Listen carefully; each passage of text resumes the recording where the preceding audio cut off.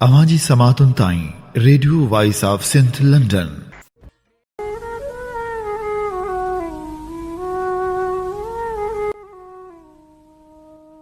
केचां आयो काफ़िलो जामन सदो जाम, पसंदे पुन्हूअ खे अखियुनि कयो आराम।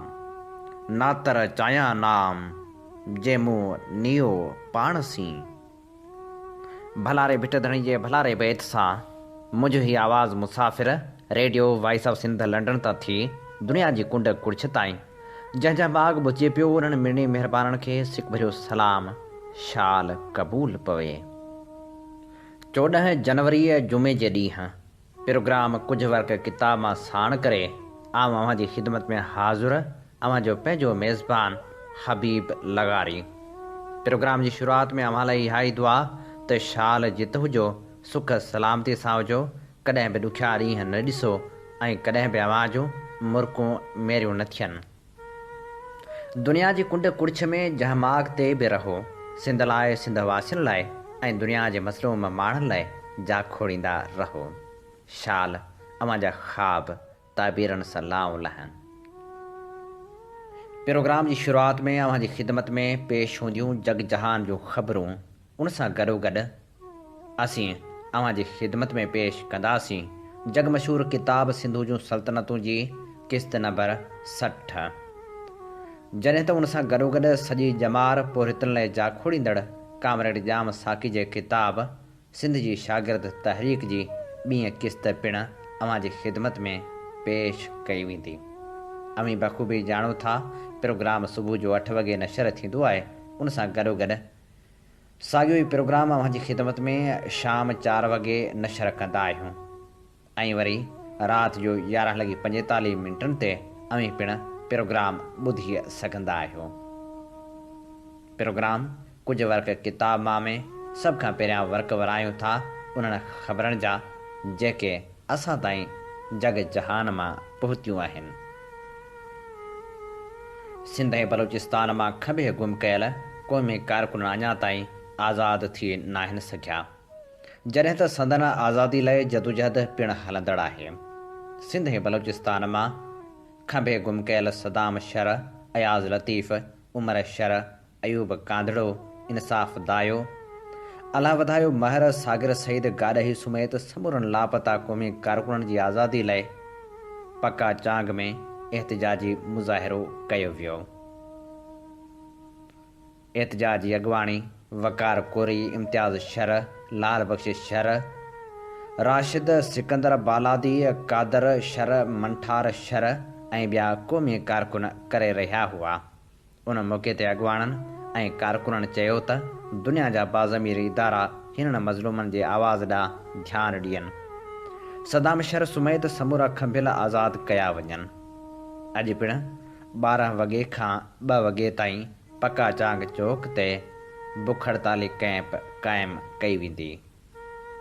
सिंध सुजाॻी फोरम पारां कराची जे रोडनि जा सिंधी नाला बहाल करण जो मुतालबो कयो आहे। सिंध सुजाॻी फोरम ऐं सिंध सागर पार्टी जे अॻवाणनि जी गॾिजाणी हाफ़िज़ सिकंदर तुनिया जी सदर कराची वारी रिहाइशगाह ते थी गुज़री।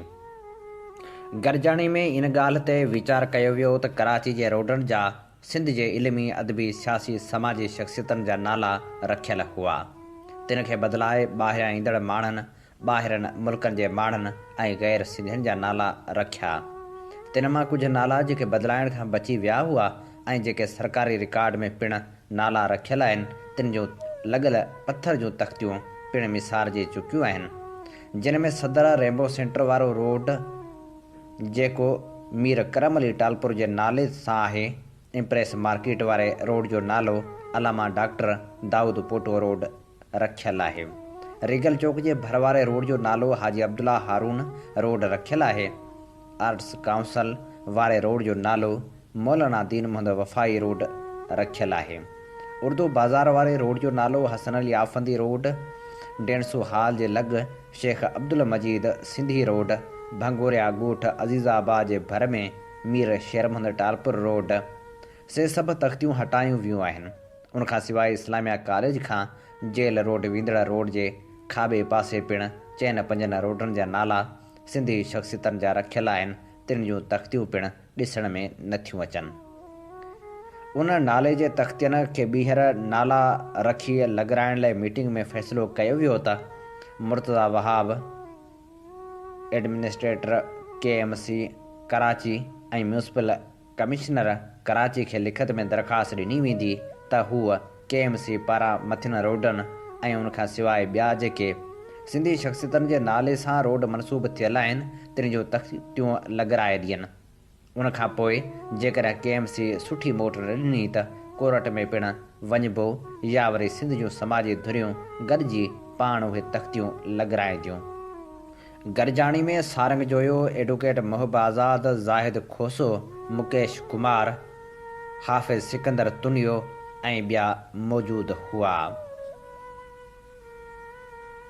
सिंध इंडस लायर फोरम जे तरफ़ां हाई कोर्ट खां सुप्रीम कोर्ट रजिस्ट्री ताईं रैली कढी पुरअमन तरीक़े सां एहतजाज रिकॉर्ड कराए पाकिस्तान जुडिशल कमीशन जे उन फ़ैसिले जी मज़म्मत कई वई जंहिंमें सिंध जी ख़ाली सीट ते लाहौर जी जस्टिस आयशा मलिक खे खणी सिंध हाई कोर्ट जे जज साहिबाननि जे हक़ ते धाड़ो हंयो वियो आहे।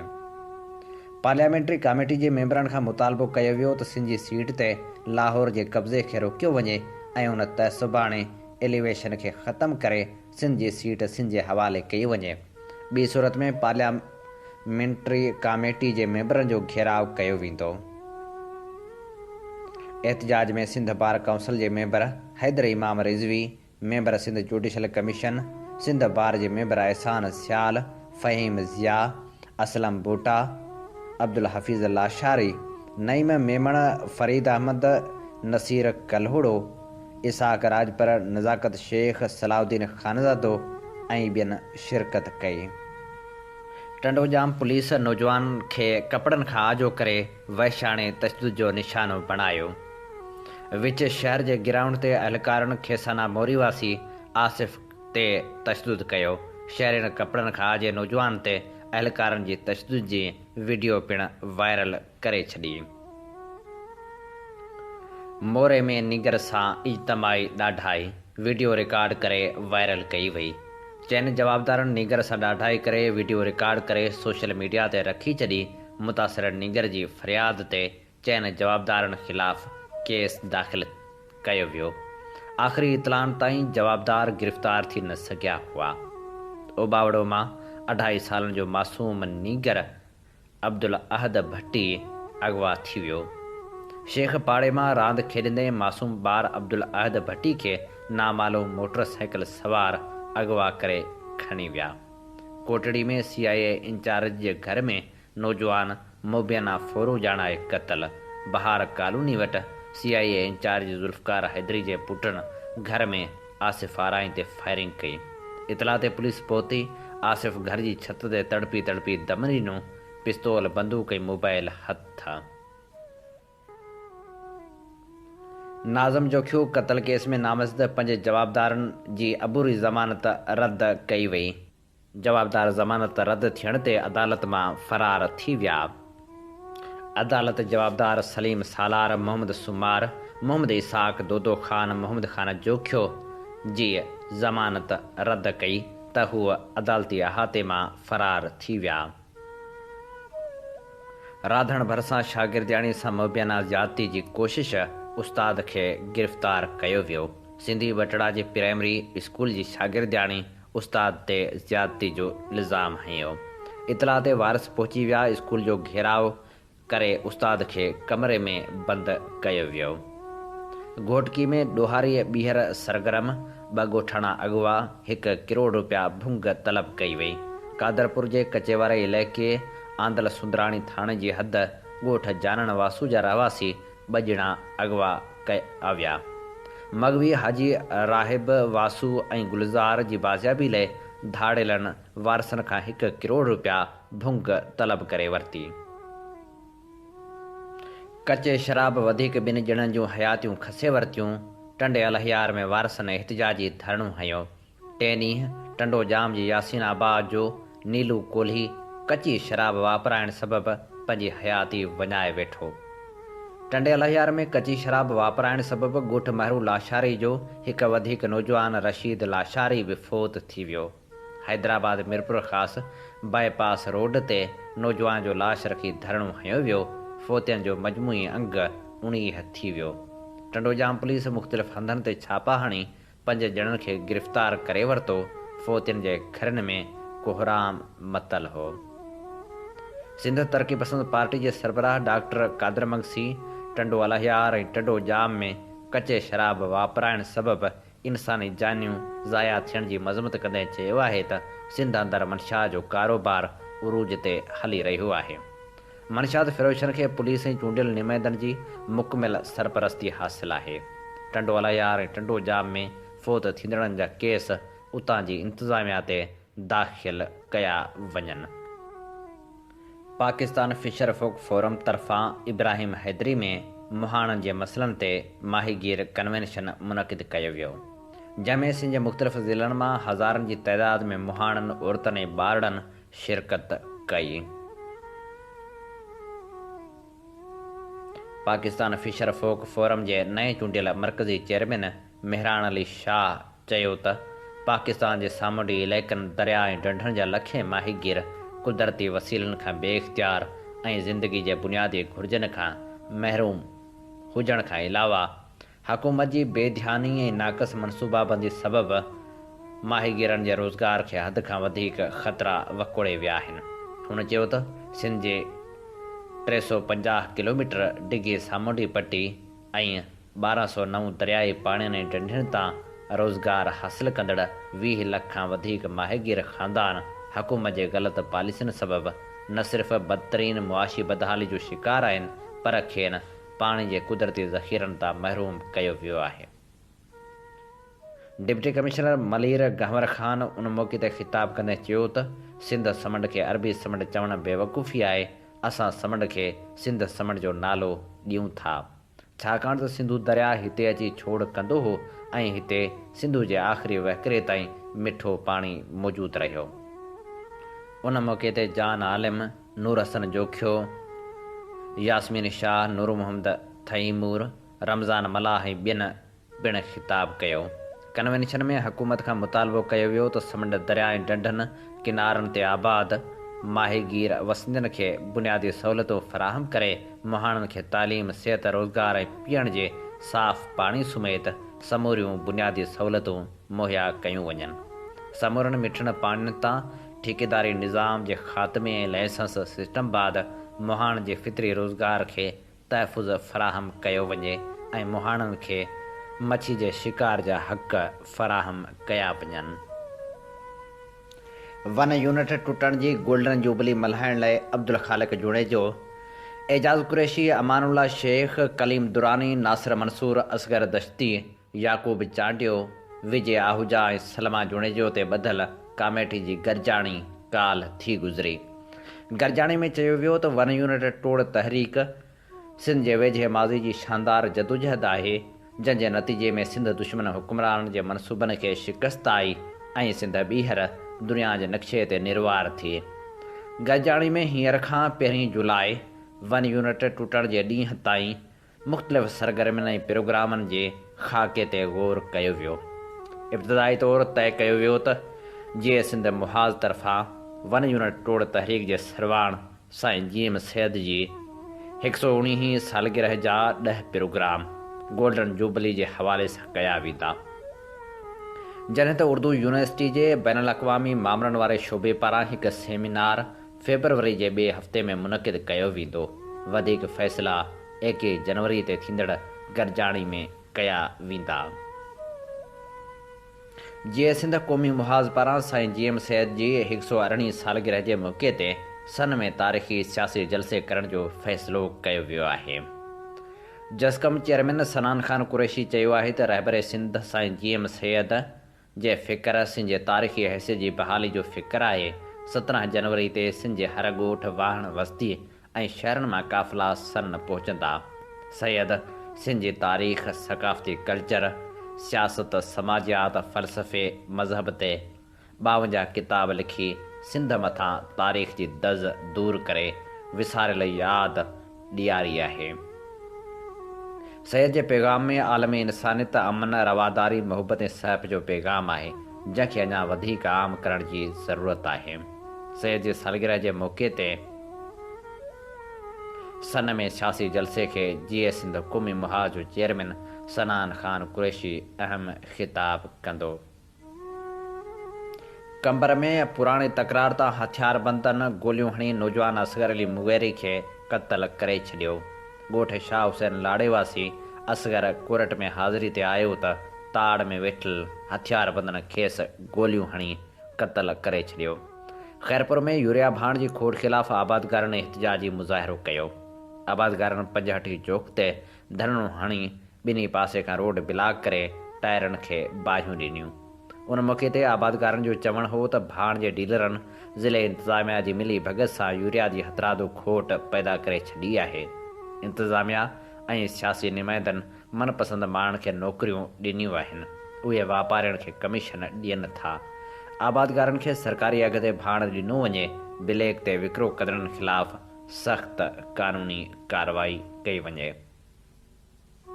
सालेहपट में आबादगारनि बि ज़रई भाण जी खोट ऐं ब्लैक मार्केटिंग ख़िलाफ़ एहतिजाजी मुज़ाहिरो करे बाईपास रोड ते टायरनि खे बाहियूं ॾेई धरणो हंयो। सूफ़ी फ़क़ीर भरिसां फसल जे भेल तां भाइटे हथां चाचो क़त्ल, 3 सोट ज़ख़्मी। ॻोठ अताई बगलाणी में जवाबदार भाइटे उस्मान बगलाणी घर में घिड़ी चाचे मथां फायर कया। 60 सालनि जो रमज़ान बगलाणी थॾे ते क़त्ल थी वियो। 3 सोट समा, इमरान ऐं गुराम ज़ख़्मी थी पिया, जिन खे इस्पताल मुंतक़िल कयो वियो। अॼु सिंध जे राग जे राणे उस्ताद मोहम्मद यूसुफ जो जनम ॾींहुं मल्हायो पियो वञे। हैदराबाद शहर जे टंडे तैयब वेझो रहंदड़ सिंधी राग जो राणो उस्ताद मोहम्मद यूसुफ 14 जनवरी 1940 में 3 नंबर तलाह जे दीन अली शाह पाड़े में ॼाओ हो। पाण ज़ात जो मंगणहार ऐं लोंग फ़क़ीर जो फ़र्ज़ंद हो। लोंग फ़क़ीर चोटी जे ढोलक नवाज़नि में ॻणियो वेंदो आहे, जेको ॻाईंदो बि हो त वॼाईंदो बि हो। लोंग फ़क़ीर हिकु साज़ींदे जी हैसियत में रेडियो पाकिस्तान हैदराबाद जो मुलाज़िम हो। हुन तमामु वॾनि वॾनि गवयनि सां दोहल वॼायो। उन ॻाइण वॼाइण वारे माहौल मोहम्मद यूसुफ खे पंहिंजे अबे ॾाॾे जी किरत जारी रखण ते हेरियो। दीन अली शाह पाड़े में मोहम्मद यूसुफ जे चाचे ज़वार बसंत वसन जे नाले सां मंगणहारनि जो हिकु अलॻि निढड़ो पाड़ो आहे, जेको सिंध जे वॾनि शरणाई वजतन में लेखियो वञे थो। मोहम्मद यूसुफ 2 शादियूं कयूं। पहिरियों सन 1964 में पंहिंजे चाचे ज़वार बसंत फ़क़ीर जी धीअ सां, जंहिंमां खेसि 2 न्याणियूं ॼायूं, ऐं ॿी शादी सन 1974 में सिंध जे अॻूणे घरू सेक्रेटरी यूसुफ लोधी जी धीअ सां। मोहम्मद यूसुफ जे पीउ सभ खां पहिरीं खेसि ॿार सुधार स्कूल में पढ़ण लाइ छॾियो हो, पर संस पढ़ाई सां असुलु न पई ऐं हू स्कूलनि मां भॼी मुख़्तलिफ़ अवतारनि ऐं दरगाहनि में थींदड़ राग जे महफ़िलनि में हलियो वेंदो हो। उते जेको कलाम या काफ़ी ॻाई वेंदी हुई, उनखे यादि करे पाण ॻाईंदो हो। उहो ॾिसी संस वालिद स्कूल तब्दील करे छॾियो ऐं चुख वारे स्कूल में छॾियाई, जेको अॼुकल्ह सेठ कमालुद्दीन मेमण स्कूल सॾिजे थो। हूअ ॾाढे ज़ोर ऐं जबर सां मस प्राइमरी पास करे हाई स्कूल में दाख़िल थियो हो, पर उते बि पढ़णु छॾे मुकमिल तौर ते राग जी दुनिया में घिड़ी पियो। हुन पहिरियां ई हैदराबाद में उस्ताद ग़ुलाम हुसैन ख़ान उर्फ़ उस्ताद बेबे ख़ान जे क़ाइमु थियल मौसीक़ी जे क्लब में बि दाख़िला वरिती हुई। उन रीति उस्ताद ग़ुलाम हुसैन संस पहिरियों उस्ताद आहे। बाद में हुन उस्ताद उमेद अली ख़ान, उस्ताद मुबारक अली ख़ान ऐं सोना ख़ान बलोच खां बि सिखियो। सभिनी खां वधीक खेसि ख़ान साहिब मंज़ूर अली ख़ान सेखारियो। उस्ताद मोहम्मद यूसुफ खे 2 भेरा pride of performance award, 4 Shah Latif award, 4 Qalandar Shahbaz award ऐं 3 सचर सरमस्त एवार्ड मिलिया। हुनखे इहो एज़ाज़ बि हासिलु आहे त सभ खां पहिरीं शाह लतीफ़ एवार्ड खेसि मिलियो आहे। भलाख़िर दुनिया जो सभई रमज़ो माणे नंढे खंड जो ही नाले वारो रागी ऐं सिंध जो मेहंदी हसन 14 फरवरी 1997 में सभिनी खां विछड़ी वियो। हीअ असीं अवां जी ख़िदमत में पेश करे रहियासीं ख़बरूं। अमी ॿुधी रहिया आहियो radio voice of Sindh London ऐं अव्हां जी ख़िदमत में प्रोग्राम पेश कयो पियो वञे कुझु वर्क किताब मां साण अव्हां जो मेज़बान हबीब लगारी। जीअं त अव्हीं चङी रीति ॼाणो था त radio voice of Sindh London ऐं voice of Sindh television Sindh जे तर्जुमान वारो किरदारु अदा करे रहिया आहिनि जितां सिंध में थींदड़ हर बेवाजिबी ऐं क़ौमी मसइलनि ते आवाज़ु उथारियो वेंदो आहे। इल्म अदब सियासी समाजी ऐं सक़ाफ़ती सरगर्मियुनि खे असीं अवली जे बुनियाद ते नशर कंदा आहियूं। पंहिंजे क़ौमी आवाज़ खे घर घर पहुचाइण में पंहिंजो क़ौमी किरदारु अदा करियो। 24 कलाक नशर थींदड़ हिननि इदारनि खे अव्हां जे साथ ऐं सहकार जी ज़रूरत आहे। अचो सुजाॻी जे हिन सफ़र में असांजा क़दम अञा बि मज़बूत करियो।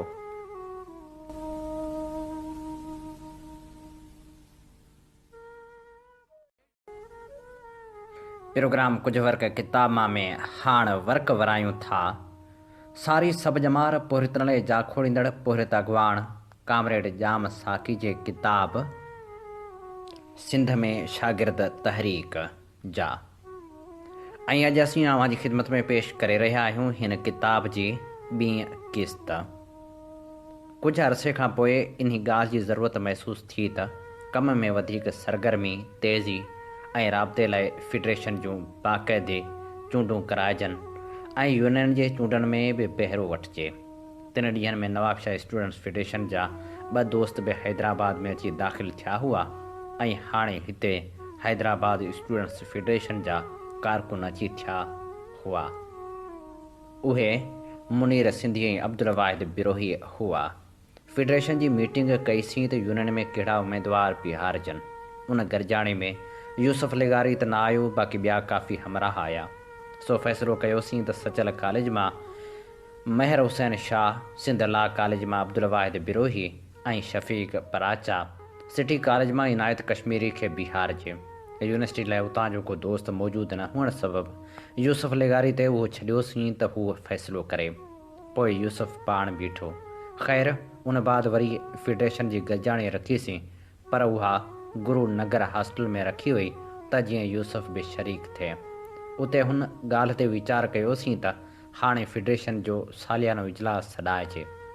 फेडरेशन जी उहा पहिरीं मीटिंग हुई जंहिंमें असांजो कन्वीनर यूसुफ लेगारी शरीक थियो हो। हिन मीटिंग में सालियाने इजलास जी सदारत लाइ इनायत कश्मीरी भुटे साहिब जो नालो तजवीज़ कयो, जेको ताज़ो वज़ारत तां लथो हो ऐं महकूब हो। उहा ॿी ॻाल्हि आहे त तजवीज़ पेश करण लाइ इनायत कश्मीरी ऐं मंज़ूर करण लाइ असीं सभु अॼु ताईं शर्मसार आहियूं। नालो मंज़ूर थियो त आऊं ऐं महर हुसैन शाह कराची वञी भुटे सां मिलियासीं, जिते पहिरियां ई त चयाईं, मियां तव्हांखे हुकूमत ॾाढो तंग कंदी, उन करे सोचो। असां विराणियुसि त असीं सोचे आया आहियूं त वरी चयाईं, वज़ीर हुस तॾहिं मिलो हा त तव्हांखे को फ़ाइदो बि पहुचाए सघिजे हा। हाणे आउं छा थो करे सघां। असां चयोसि, अॻे तव्हां वज़ीर हुआ। अयूब ख़ान जे वज़ीर सां मिलणु असां लाइ शर्म जहिड़ी ॻाल्हि हुई। हाणे तव्हां हुन खां अलॻि आहियो, तॾहिं त आया आहियूं। ख़ैर सो डिसंबर जी 13 तारीख़ मुक़ररु कईसीं। वापसि अची मीटिंग कईसीं। मीटिंग सचल कॉलेज में थी, उन करे यूसुफ लेगारी शरीक थी न सघियो। पर तेसिताईं सचल कॉमर्स कॉलेज जो सिकंदर अली ख्वाजा फेडरेशन में शरीक थी चुको हो, उहो बि हो। हू संस कॉलेज यूनियन जो नायब सदर हो। मीटिंग में सालियाने इजलास लाइ बंदोबस्तु करण जो फ़ैसिलो कयो वियो ऐं ॿियो फ़ैसिलो कयोसीं त वाइस चांसलर खे, उन वक़्तु हसन अली अब्दुर्रहमान हो, संस इख़्तियारनि खे नज़र में रखी मुतालबनि जो मेमोरेंडम पेश करियूं, जेको टाइप ऐं साइक्लो स्टाइल कराए 22 नवंबर ते पेश कयोसीं। उन में 15 मुतालबा थियल हुआ, जिन में 2 मुखिया ई हुआ। हर साल वठजंदड़ दाख़िला फ़ी बंदि कराई वञे। MA में मादरी ज़ुबान में जवाब लिखण जी इजाज़त ॾिनी वञे। शागिर्द यूनियन ते मढ़ियल आमराना आइन, जेको पाण ई मढ़ियो हुआईं, ख़तमु कयो वञे ऐं यूनियननि खे पंहिंजे आइन पाण ठाहिण जो इख़्तियार ॾिनो वञे। मोहतरम हसन अली अब्दुर्रहमान उहे मुतालबा मञण खां इनकार कयो। असीं सालियाने इजलास जे तयारियुनि में रुधल हुअण सबबि कॉलेजनि में बि इलेक्शन वर्क वग़ैरह न पिया करे सघूं। पर उन विच में सचल कॉलेज मां महर हुसैन शाह बिना मुक़ाबले चूंडिजी आयो। ला कॉलेज मां अब्दुल वाहिद बिरोही बि चूंडिजी वियो। बाक़ी वञी 2 हमराह बचा हुआ, यूसुफ लेगारी ऐं इनायत कश्मीरी। उते मक़ामी यूनिट जा छोकिरा ऐं छोकिरियूं त वर्क कंदा रहिया, पर असीं पाण एतिरो खणो न वञी सघियासीं। आउं बि कुल 3-4 दफ़ा यूनिवर्सिटी या सिटी कॉलेज वियुसि, पर यूसुफ लेगारी मूंखे चयो त मूंखे रुॻो सालियाने इजलास जा दावतनामा चङा ख़ासा ॾिजो, वर्क पाण ई उन सां थी वेंदो। माली मदद करणु असांजी हैसियत खां मथे जी ॻाल्हि हुई। ख़ैर, सो इजलास लाइ चंदो वग़ैरह गॾु कयोसीं। उन में अली अकबर बिरोही, नाहित, फ़िदा हुसैन, अब्दुल हई पलीजो ऐं रिहान सुठी हिमत कई ऐं असीं 1,500 खनि रुपया गॾु करे वियासीं।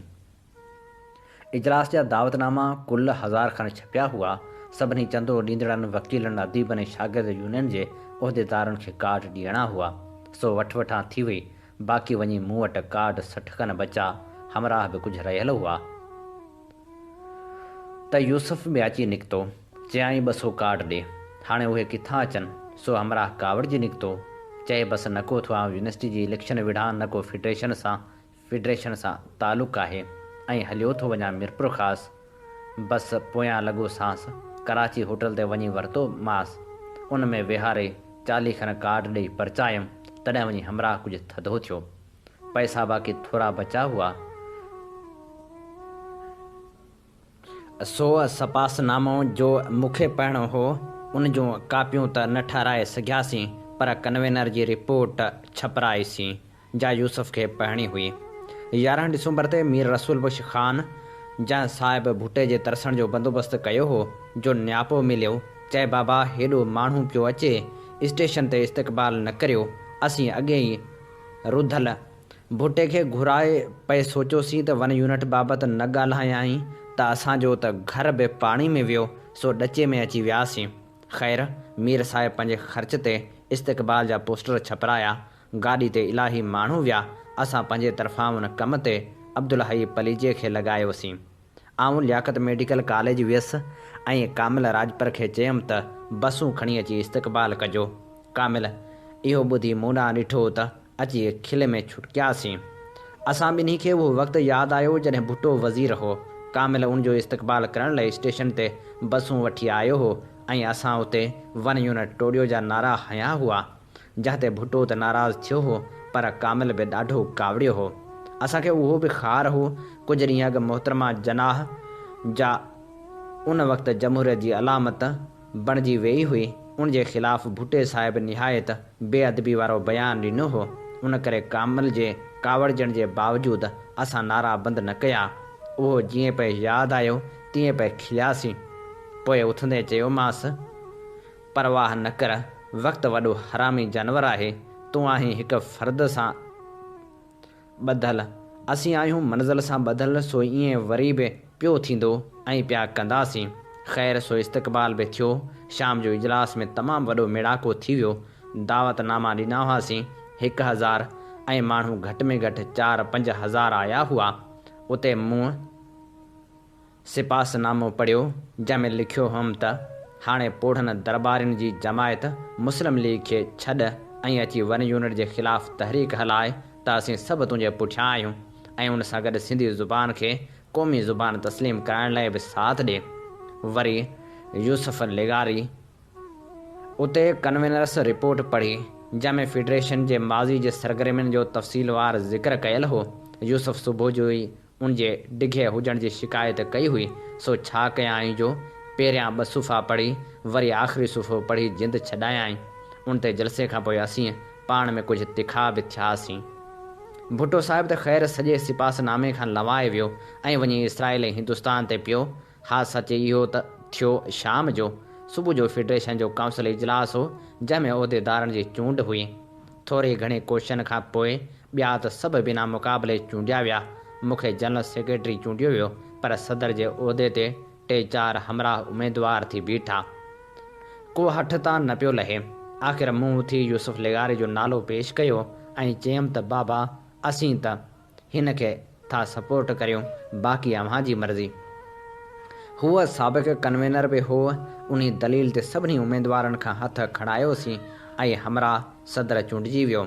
5-7 ॾींहंनि में ई शागिर्द यूनियन जूं चूंडूं मुकमिल थी वियूं, जिन में यूनिवर्सिटी मां त खटियोसीं पर सिटी कॉलेज में बुरी तरह हारायोसीं। कुछ ॾींहं रखी वरी फेडरेशन जी मीटिंग गुरुनगर हॉस्टल में रखी सी। उन में बुनियादी तजवीज़ उहा ई हुई त का तहरीक हलाइजे, कुछ मसला ज़ेर गौर आया, उन ते बहस मुबाहिसो थियो ऐं हिक राय थियासीं त ग़ुलाम कादर पलीजे। हूअ ज़रई कॉलेज जो शागिर्द हो। तजवीज़ ॾिनी त सिंधी ज़ुबान खे क़ौमी ज़ुबान तस्लीम कराइण वारो मुतालबो बि रखिजे। असां उन ॻाल्हि जी मुखालफ़त कईसीं। मूं चयो त तहरीक यूनिवर्सिटी मां शुरू करियूं त ठीकु आहे, ॿी सूरत में ॿिया मुतालबा हलण ॾियूं, ॿियनि कॉलेजनि में कुझु थी वञे ऐं पोइ जॾहिं यूनिवर्सिटी उन में शामिलु थिए तॾहिं हू मुतालबो रखूं। नेठ 5 मुतालबनि जी मंज़ूरी ॾिनी वई। नंबर 1, दाख़िला फ़ी कॉलेज ऐं या यूनिवर्सिटी में सिर्फ़ु हिकु दफ़ो वरिती वञे। MA में सिंधी ऐं उर्दू में जवाबु ॾियण जी इजाज़त ॾिनी वञे। 45% ते सेकंड डिवीज़न ॾिनी वञे। शागिर्द यूनियन खे पंहिंजे आइन पाण ठाहिण जो इख़्तियार ॾिनो वञे। बाक़ी हिकु मुतालबो हिन वक़्तु यादि अची न सघियो अथमि। हूं त बेशुमार मसइलनि ते पंफलेट कढंदा हुआसीं। नवां पंफलेट छपाइण लाइ पैसा न हुजण करे उन्हनि जी क़ीमत रखी विकिणंदा हुआसीं, जीअं उहो सिलसिलो अॻिते हली सघे।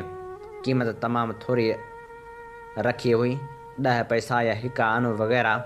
उहो तरीक़ो एतिरो हलियो जो गवर्नमेंट कॉलेज में जॾहिं हिकु पंफलेट ते बंदिश पई तॾहिं छोकिरनि अची वरायो, चए मियां हूअ तो वारो 10 पैसे वारो पंफलेट त ग़ैर क़ानूनी थी वियो।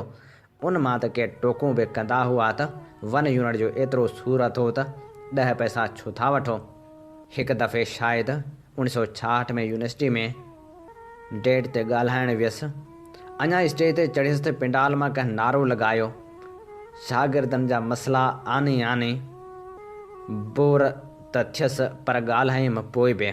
ॻाल्हाए हेठि लथसि त शरीफ़ मेमण चर्चो कयो, मियां डिबेट ते ॻाल्हाइण आयो हुए या 1 यूनिट ख़िलाफ़ु तकरीर करणु। हाणे त ॾाढा थी विया आहियूं, पर उन वक़्तु हिन क़िस्म जे टोकन या चर्चनि ते ॾाढो ॾुख थींदो हो। ख़ैर, सो ॻाल्हि थे कयमि त उन्हनि 5 मुतालबनि ते सचल कॉलेज में क्लासनि जो बाइकाट करायोसीं। यूसुफ खे चयो हुआसीं, पर हूअ कंहिं सबबु करे न अची सघियो। ॿिए ॾींहुं वरी उन उतां जलूस कढे मुस्लिम लीग मां थींदा सिटी कॉलेज वियासीं। उते यूसुफ बि अची पहुतो। हुन तकरीर कई ऐं चयो त असीं अव्हां सां गॾु आहियूं। 3 या 4 ॾींहुं असांजा 2 मुतालबा तस्लीम कया विया। हिकु दाख़िला फ़ी हर साल वठण जी ॻाल्हि करण वारो, ॿियो 45% ते सेकंड क्लास ॾियण वारो। बाक़ी मुतालबा तस्लीम न थिया ऐं उहो गोड़ ख़तमु थी वियो। उन सां हैदराबाद जे शागिर्दनि खे थोरो थोरो पंहिंजी ताक़त जो अंदाज़ो थी वियो ऐं उन सां गॾोगॾु हाणे अंदाज़ो थी वियो त शागिर्दनि में कुझु बेचैनी आहे, जेका तहरीक जो रूप वठी सघे थी। हिन दौर में तालीम जो दाइरो बि कुझु वसीह थी वियो हो। कॉलेजनि ऐं यूनिवर्सिटियुनि में पढ़ंदड़ शागिर्दनि में चङे ख़ासे हिसे खे पंहिंजो मुस्तक़बिल ग़ैर यकीनी नज़र अची रहियो हो। उहो वक़्तु ग़ालिबन जनवरी जे विच धारे जो हो।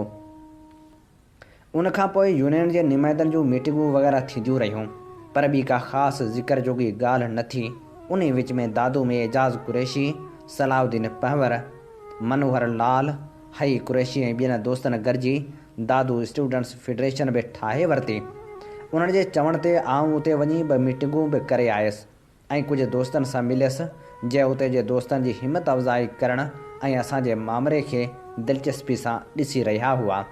उन्हनि सॼणनि में शौकत सिंधी, साईं ताज सहराई, हयात ख़ान ऐं जुणेजो साहिब शामिलु हुआ। हाला में बि वञी मीटिंगूं करे ईंदो हुअसि। उते बि हमराह काफ़ी गरम हुआ। 3 ॾींहंनि में असां कारकुननि जे कोर्स में पढ़ाई तौरु पंफलेट खे गॾिजी पढ़णु, उन ते बहस करण खां सवाइ साईं GM जा बंदिश पियल किताब ऐं स्टालनि जो किताब क़ौम ऐं क़ौमियत रखियो होसीं। फेबरवरी जो सॼो महीनो बयाननि जी ॾे वठि में गुज़रियो। कमिश्नर मसरूर ऐं संस छाड़तनि जी वठां त यूनिवर्सिटी जी तामीरात में पैसा खाधा विया आहिनि। हसन अली अब्दुर्रहमान तअसुबी माण्हू आहे, सो खेसि बदिली कयो वञे। असांजे दोस्तनि जा बयान त उहो सभु कुझु ग़लति आहे, उन करे हसन अली जी बदिली न थियणु घुरिजे। हैदराबाद स्टूडेंट्स फेडरेशन जे तरफ़ां चूंडियल सभिनी यूनियन उहिदेदारनि, जिन में ख़्वाजा महर शाह यूसुफ शामिलु हो ऐं ॿियनि मसूद नूरानी, मुजीब पीरज़ादो शामिलु हुआ, उहो बयानु कढियो त हसन अली खे बदिली न कयो वञे। दोस्तनि मूंखे बि चयो त तूं बि सही कर। मूं चयो त हिकु त आऊं कंहिं यूनियन जो उहिदेदार न आहियां ऐं फेडरेशन जी यूनियन वारनि दोस्तनि जूं सहियूं काफ़ी आहिनि। ॿियो त बदिले खां वधीक नौकरशाही जी तइलीमी इदारनि में मुदाख़लत वारे पहलू ते ज़ोर ॾियो त आऊं सही करण लाइ तयारु आहियां। न त बि गॾु त आहियां पर सही ज़रूरी नथो सम्झां। कुझु ॾींहं खां पोइ सभिनी कॉलेजनि जे उहिदेदारनि जी मीटिंग थी। इंटर कॉलेजिएट बॉडी जूं चूंडूं थियणियूं हुयूं। उन में 2 हिसा शागिर्द उहिदेदार सिंधी हुआ ऐं टियों हिसो उर्दू ॻाल्हाईंदड़ हुआ। पाण वारनि हमराहनि फ़ैसिलो कयो त सभु उहिदेदार सिंधी खणिबा। होॾां उर्दू वारनि मुतालबो कयो त असांजो घटि में घटि हिकु उहिदेदार खणो, पोइ भले उहो ख़ज़ांची जॉइंट सेक्रेटरी हुजे, सोशल सेक्रेटरी हुजे, न त असीं अलॻि मुहाजिर इंटर कॉलेजिएट बॉडी ठाहींदासीं। मूं पंहिंजनि दोस्तनि खे चयो त को बि हिकिड़ो ग़ैर अहम उहिदो खणी ॾियो, न त हू अलॻि थींदा, जंहिंजे नतीजे में शागिर्दी इतिहाद टुटंदो, तहरीक जा हरूभरू घणा दुश्मन पैदा थींदा ऐं तहरीक जो दाइरो महदूद थींदो ऐं उन्हनि खे हरूभरू पब्लिसिटी मिलंदी। पर यारनि न मिलियो ऐं 2 अलॻि बॉडियूं ठाहियूं। फेबरवरी जे आख़िरी हफ़्ते में ग़ालिबन 26 या 27 तारीख़ हुई। ख़बर आई त हसन अली बदिली थी वियो। ॾाढो नाम फैलियो। 28 तारीख़ राति जो यूनिवर्सिटी हॉस्टल में मीटिंग थी। मूं यूसुफ सां ॻाल्हायो त हुन में 1 यूनिट ऐं क़ौमी ज़ुबान जा मसइला खणो त ठीकु आहे, न को तहरीक सॼी सिंध में फैलिजंदी, न को सॼी सिंध मां हमदर्दियूं हासिल करे सघंदी। यूसुफ उन खां इनकार कयो त आऊं एहतजाज तौरु न रुॻो उन में शरीक न थियसि, पर सॼी पहिरीं तारीख़ आऊं माठि रहियसि। मूंखे पंहिंजे तौरु ईअं पिए लॻो त ॼण मुजीब पीरज़ादे, मसूद नूरानी, यूसुफ लेगारी ऐं मूं फेबरवरी जे 2 हफ़्ते में आस्थान काफ़ी हाउस में वेही चइनि हिक ॿिए मथां हथ रखी जेको वाइदो कयो होसीं त 1 यूनिट टुटण ताईं गॾु जीअंदासीं, गॾु मरंदासीं, तंहिंमें शायदि रोलो पइजी वियो हो। आख़िर 2 तारीख़ सुबुह जो अली अकबर बिरोही, जेको फेडरेशन जो नाइब सदर हो ऐं हिन मामले में पेश हो, इनायत मीर थे बि हिदायत मूं कैंटीन खां ॿाहिरि हंगामी मीटिंग कई ऐं सोचियोसीं त दोस्तनि सां एहतजाज जो उहो तरीक़ो ग़लति आहे, सो शरीक थिजे ऐं पंहिंजो नुक़्ते नज़र रखंदो रहिजे। उन जे पेश नज़र ॿिनि दोस्तनि खे बि चयोसीं ऐं जलूस में गॾु हलियासीं, जेको 5 बसनि ते मुश्तमिल हो। अॻीं बसनि में यूसुफ लेगारी हो, ॿिए में मुजीब पीरज़ादो हो, शायदि 3 में नवाज़ अली भुट्टो ऐं मसूद नूरानी हुआ, चौथे में अली अकबर बिरोही ऐं आऊं हुआसीं ऐं 5वीं बस शकूर दाऊद पोटे जी अॻुवाणी में हुई। जलूस जॾहिं कमिश्नर ऑफिस ॾांहुं हलण लाइ तयारु थियो त असां वारी बस में नारा लॻा, टोड़ींदासीं 1 यूनिट खे टोड़ींदासीं ऐं सिंधी ज़ुबान क़ौमी ज़ुबान। उन ते अॻियां खां यूसुफ ऐं मसूद लही आया। यार ॾाढी कावड़ में हुआ। अचण शर्त यूसुफ चयो, मियाँ 1 यूनिट ख़िलाफ़ नारा लॻा त तुंहिंजो मथो फाड़ींदुसि। उन ते बिरोही लही आयो।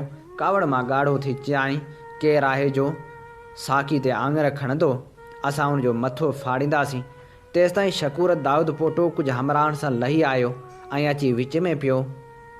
पाण मौसूफ़ पंहिंजी उमिरि, ख़ासि करे ॾाढ़ी सबबु असां सभिनी ते बुज़ुर्गी हलाईंदो हो, सो माठि करे सभु वञी पंहिंजे पंहिंजे बसनि में चढ़ियासीं। हीअ असीं अव्हांजी ख़िदमत में पेश करे रहिया हुआसीं नाम्यारे पोहरियत अॻवान जाम साकी जे किताब सिंध में शागिर्द तहरीक जी 2 क़िस्त। अमीं ॿुधी रहिया आहियो प्रोग्राम कुझु वर्क किताब मां। प्रोग्राम साण आऊं अव्हां सां मुखातिब, अव्हांजो पंहिंजो मेज़बान हबीब लगारी। अमीं ॿुधी रहिया आहियो दुनिया जो पहिरियों Sindhi web radio voice of Sindh London. जीअं त अमीं ॼाणो था त radio voice of Sindh London ऐं voice of Sindh television Sindh जे तर्जुमान वारो किरदारु अदा करे रहिया आहिनि, जितां सिंध में थींदड़ हर बेवाजिबी ऐं क़ौमी मसइलनि ते आवाज़ उथारियो वेंदो आहे। इल्मु अदब, सियासी, समाजी ऐं सक़ाफ़ती सरगर्मियुनि खे असीं अवले जे बुनियाद ते नशर कंदा आहियूं। पंहिंजे क़ौमी आवाज़ खे घर घर पहुचाइण में पंहिंजो क़ौमी किरदारु अदा करियो। 24 कलाक नशर थींदड़ हिननि क़ौमी इदारनि खे अव्हांजे साथ ऐं सहकार जी ज़रूरत आहे। रेडियो जी नशरियात अव्हां पंहिंजे मोबाइल वसीले बि ॿुधी सघो था। असीं पंहिंजा प्रोग्राम फेसबुक ऐं यूट्यूब ते पिणु शेयर कंदा आहियूं। हींअर ई यूट्यूब ते वञी सर्च करियो radio voice of Sindh London. ऐं हाणे प्रोग्राम कुझु वर्क किताब मां में वर्क वरायूं था जग मशहूरु किताब सिंधु जूं सल्तनतूं जा। हीअ किताब नामियारी लेखका एलाइस अल्बेनिया जो लिखियलु आहे, जंहिंजो सिंधी में तर्जुमो कयो आहे मुज़फ़र बुख़ारी। अॼु असीं अव्हां जी ख़िदमत में पेश करे रहिया आहियूं हिन किताब जी किस्त नंबर 60। अक्सर क़दीम आसारनि जे माहिरनि उन चिटसाली जी क़दामत बाबति अॻुवाट फ़ैसिलो करे छॾियो ऐं हुननि उन जो समाजी लिहाज़ खां मुशाहिदो ई न कयो आहे। उन चिटसालीअ जी ताज़ी वज़ाहत बम्बई जे आर्को एस्ट्रोनोमर्स नाले हिकु अदारे कई आहे। हुननि जो चवणु आहे त उहो आसमान जो चार्ट आहे ऐं 6000 काफ़ मीम में तयारु कयो वियो हो। जेके बि किरणनि वारियूं थालियूं आहिनि तिन मां हिकु चंडु आहे ऐं ॿी हिकु अहिड़ो तारो आहे जेको पंहिंजे उमिरि जे आख़िरी ॾिहाड़नि में हो। उहो सुपरनोवा HB9 जी तस्वीर आहे जेको तमामु घणी सफ़ेद रोशनी पखेड़े 5700 काफ़ मीम में ख़तमु थी वियो हो। सरह कुतो ऐं ॿई इंसान ॿई मर्द आहिनि, असल में मुख़्तलिफ़ शकिलनि में नज़र ईंदड़ तारनि जा झुरमुट आहिनि। हैरत जी ॻाल्हि आहे त उन्हनि चइनि मर्दाननि उज़वनि खे हूअ कश्मीर जे मथां वारे आसमान जी तस्वीर क़रार ॾियनि था। जेकॾहिं हू सही आहिनि ऐं हुननि जी क़दामत जो काथो बिल्कुलु दुरुस्त लॻायो आहे त पोइ हू यकीन सां चई सघिजे थो त हीअ तस्वीर अहिड़नि माण्हुनि ठाही आहे जेके कश्मीर में हड़पा खां पूरा 3000 साल अॻु मौजूदु हुआ। बर्ज़ा होम में पथर जे उन्हनि मीनारनि वटि आऊं बीठी हुयसि ऐं उन्हनि जो केयरटेकर हेॾां होॾां चकर हणी रहियो हो। मूं खां पुछो त आख़िर हिते म्यूज़ियम छो न ठाहियो वियो आहे, जॾहिं त आर्कियालॉजी जे रिपोर्टनि मूजिबि त इहो 1970 वारे ॾहाके में तयारु थियणो हो। आऊं रियासती आर्कियालॉजी जे डिपार्टमेंट श्रीनगर जी ऑफ़िस बि ॾिसी चुकी आहियां। उहा हिकु सख़्तु पैरे हेठि रहंदड़ इमारत में आहे, जंहिंमें क्लार्क उंदाहनि कमरनि में वेही चांहि पीअंदा आहिनि ऐं गपशप करे घर हलिया वेंदा आहिनि। अहिड़नि फाइलनि जा अंबार लॻाया पिया आहिनि जिन खे कॾहिं कंहिं खोले ॾिठो बि न आहे। हुननि ॿुधायो हो वादी में छिकताण जे करे म्यूज़ियम ठाहिण लाइ रक़म न मिली सघे। केयरटेकर बि मूंखे उहो जवाबु ॾिनो ऐं हुन उन में वाधारो कयो।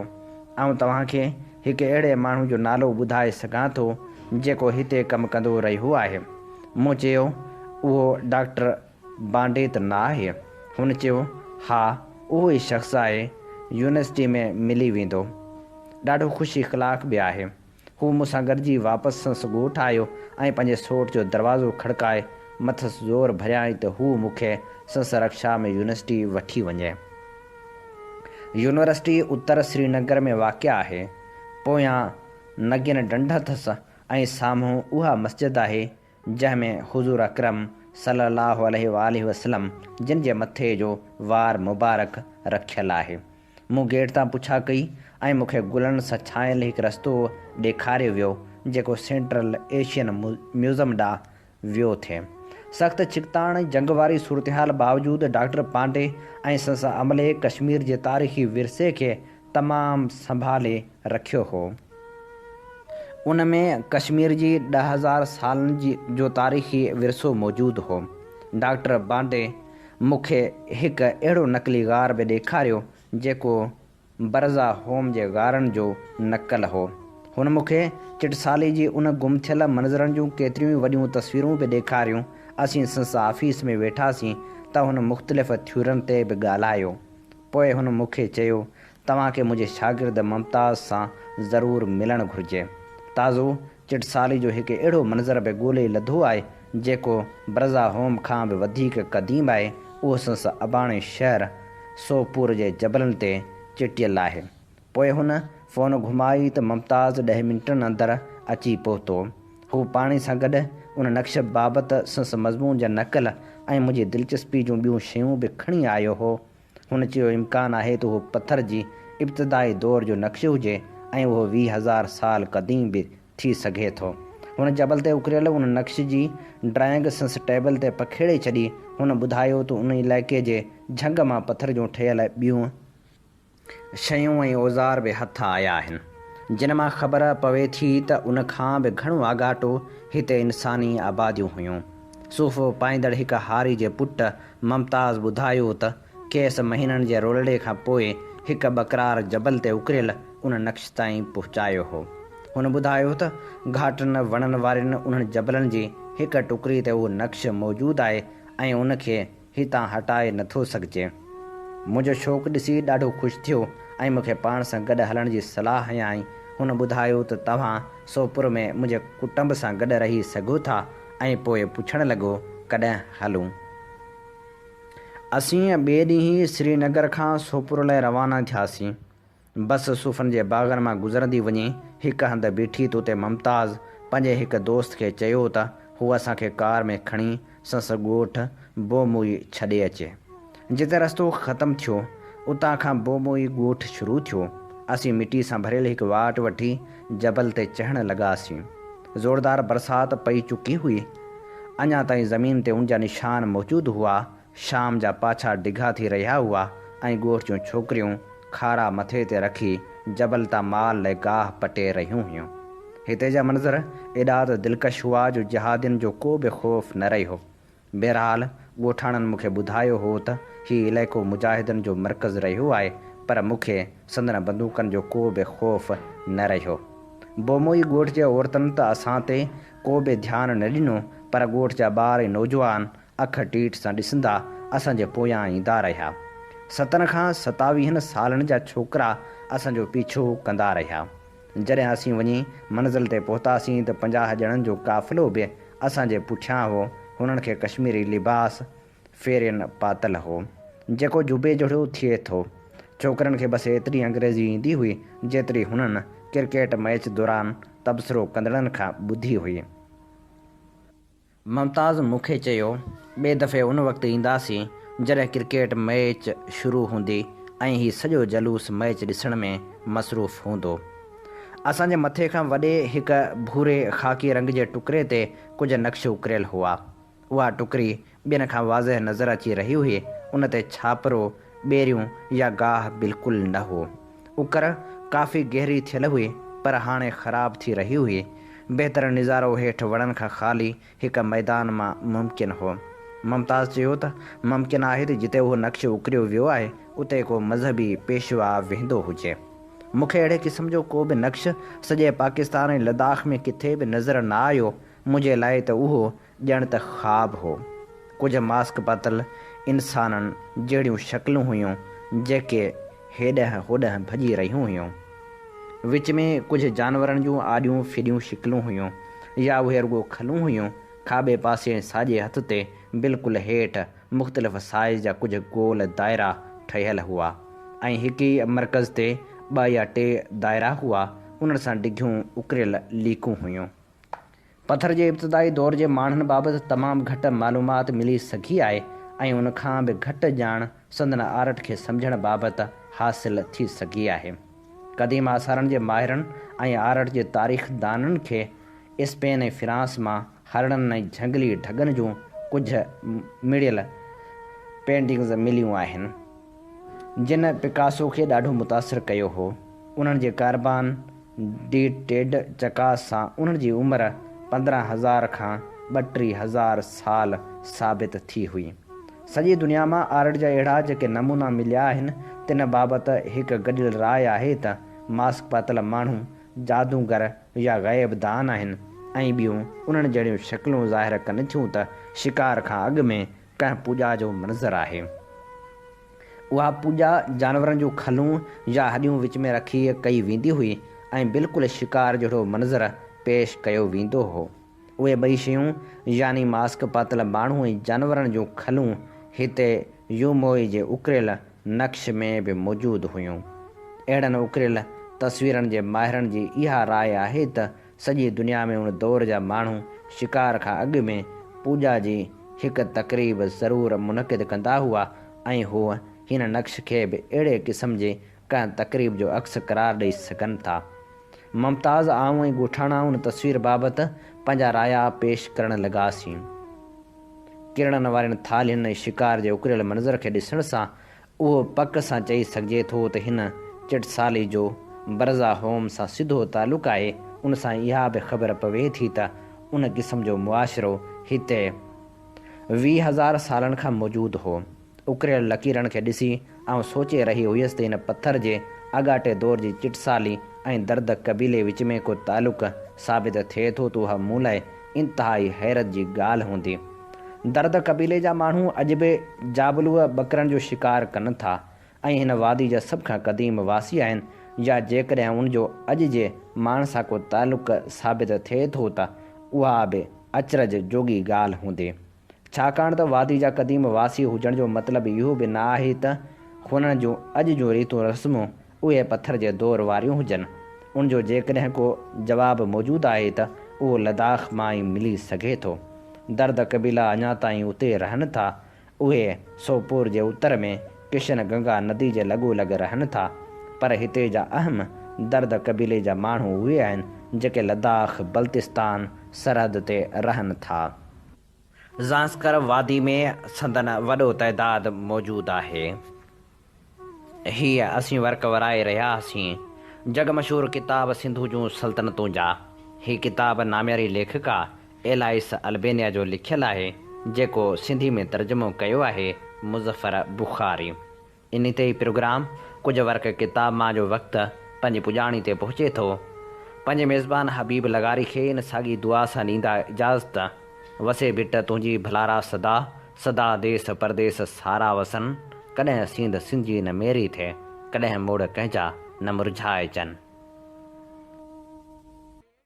सिंधु मुंहिंजी अमा सूंह तुंहिंजी मथां छा लिखी, छा लिखां छा लिखी, छा लिखां। सिंधु मुंहिंजी अमा, दुनिया जा सिंधियो हिकु मुठ थी सिंध बचायो। सिंधु मुंहिंजी अमा सूंह तुंहिंजी मथां छा लिखी, छा लिखां। सिंध जो क़ौमी आवाज़ radio voice of Sindh London.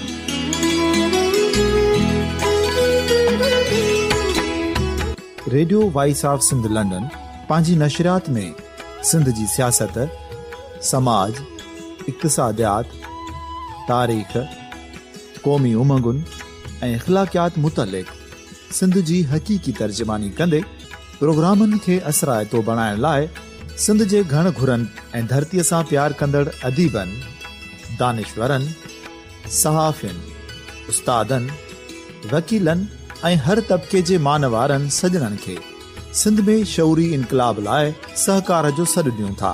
अचो त गॾिजी सूफ़ियुनि ऐं संतनि वारी सिंध जो ओज हिकु मुठ थी वरी वापसि आणण वारे सफ़र जा साथारी बणिजऊं।